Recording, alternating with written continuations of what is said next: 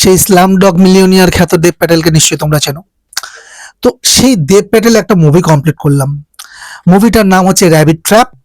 মুভিটার জনরা বলবো হররই, কিন্তু ফোক হরর।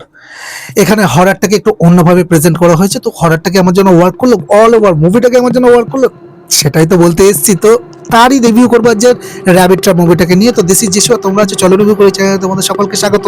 যারা এখনো পর্যন্ত সাবস্ক্রাইবটা প্লিজ করো আর নোটিফিকেশন অন করে বেল আইকনটা প্রেস করে দাও, যাতে করে তোমার কোনো রিভিউ মিস না যায়। আমি কথা বলছি র্যাবিট ট্র্যাপ নিয়ে। দেখো, এই মুভির যে গল্পটি বুনট করা হয়েছে সেটা 1917 দশকের।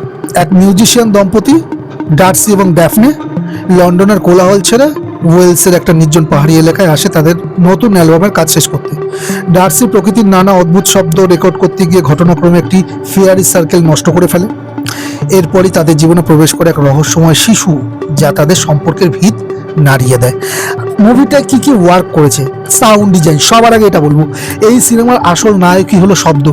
প্রকৃতির অদ্ভুত আওয়াজ, বাতাসের শোষ শব্দ আর অ্যানালগ সিনথেসাইজের ব্যবহার তোমার কানে এক ধরনের সম্মোহিনী আবেশ তৈরি করে দেবে।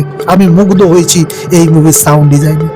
আচ্ছা, অভিনয়ের কথা যদি বলি, দেব প্যাটেলের কথা কিছু বলা নেই। দেব প্যাটেল এবং রোজি ম্যাকউইন দম্পতি হিসেবে অসাধারণ লেগেছেন, কিন্তু সবাইকে টেক্কা দিয়েছে রহস্যময় শিশু চরিত্রে অভিনয় করা জেট ক্রুক। তার চাউনি আর কথা বলার ভঙ্গি তোমার মেরুদণ্ড দিয়ে একটা ঠান্ডা স্রোত বইয়ে দেওয়ার জন্য যথেষ্ট। সিনেমাটোগ্রাফির কথা বললে 1970 দশকের সেই ভিনটেজ লুক এবং ওয়েলসের কুয়াশাচ্ছন্ন পাহাড়ের দৃশ্যগুলো সিনেমাটিকে এক ধরনের বিষণ্ণ আবার সৌন্দর্য দিয়েছে বলবো। প্রতিটি ফ্রেম যেন এক একটা জীবন্ত চিত্রকর্ম। এটি শুধু ভূতের গল্প নয়, বরং মানুষের একাকিত্ব, ট্রমা এবং না পাওয়া আকাঙ্ক্ষার এক শৈল্পিক বহিঃপ্রকাশ বলবো। নেগেটিভ ইস্যু যদি লেগেছে, দেখো এই মুভিটাও আমার স্লো বার্ন লেগেছে, ধীরগতির লেগেছে। সিনেমাটি অত্যন্ত ধীরগতির বলবো। যারা অ্যাকশন বা ঘন ঘন জাম্প স্কেয়ার, হঠাৎ ভয় দেখানো, সেগুলো পছন্দ করো না, তাদের কাছে কিছুটা কি আমি বলবো খুব বোরিং হতে চলেছে। আর কাহিনীটা কিন্তু অস্পষ্ট, ক্লিয়ার আমি তো পেলাম না। দেখো, পরিচালক ব্রায়ান চেইনি অনেক প্রশ্নের উত্তর সরাসরি দেয়নি।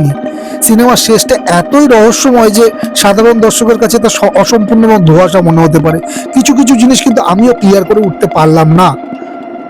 এটি মূলত আর্ট হাউস ঘরানার সিনেমা, অর্থাৎ এটি সবার জন্য নয়। যারা সিনেমার ভেতরে লুকিয়ে থাকা প্রতীক বা মেটাফর বুঝতে ভালোবাসেন তাদের জন্য এই নির্মিত। আচ্ছা, র্যাবিট ট্র্যাপকে যদি আমি আবার ফাইনাল ভার্ডিক্ট দিই, দেখো র্যাবিট ট্র্যাপ হলো একটা মায়াবী ফাঁদ। এটি তোমাকে ভয় দেখানোর চেয়ে বেশি অস্বস্তিতে রাখবে। সিনেমাটি অনেকটাই সেই কুয়াশার মতো, যা চারপাশকে আচ্ছন্ন করে ফেলে কিন্তু কোনো নির্দিষ্ট আকার দেয় না।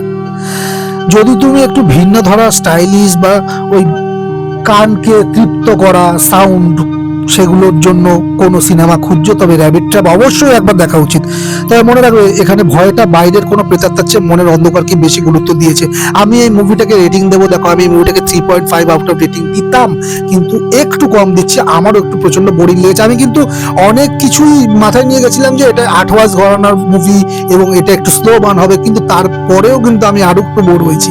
তো সেই কারণের জন্য 3 আউট অফ 5। ওকে, মুভিটা তোমাদের কেমন লেগেছে, যারা এখনো পর্যন্ত দেখে ফেলেছো র্যাবিট ট্র্যাপ, তারা আমাকে কমেন্টের মাধ্যমে জানাতে পারো। আর এই মুভিটা কিন্তু সবার জন্য নয়, আর্ট হাউস বই, হরর আছে কিন্তু জাম্প স্কেয়ার নেই। তো কাদের জন্য না তোমরা বুঝতে পারছো নিশ্চয়ই। আর এই ভিডিওটা যদি ভালো লাগে একটা লাইক শেয়ার করে দিও। রিসেন্টলি মায়াসভা বলে একটা বই দেখেছি হলে গিয়ে, তো সেই মুভিটার সাথে না এই মুভিটার ধাঁচ একদমই অপোজিট, কিন্তু ক্লস্ট্রোফোবিক যে ব্যাপারটা না এই মুভিটার মধ্যেও পেলাম আমি। তো সেটাকে ক্রিয়েট পরিচালক খুব সুন্দরভাবে করতে পেরেছেন। তো এই ছিল আমার র্যাবিট ট্র্যাপ মুভিটাকে নিয়ে অল ওভার রিভিউ। এই ভিডিওটা যদি ভালো লাগে একটা লাইক শেয়ার করে দিও, আর চ্যানেলটাকে এখনো পর্যন্ত সাবস্ক্রাইব না করে চ্যানেলটাকে সাবস্ক্রাইব করে পাশে থাকো। দেখা হচ্ছে নেক্সট ভিডিওতে, নেক্সট মুভি রিলেটেড বা সিরিজ রিলেটেড কোনো রিভিউ নিয়ে। ততক্ষণ ভালো থাকো, সুস্থ থাকো, দেখতে থাকো, চলো রিভিউ করি। টাটা।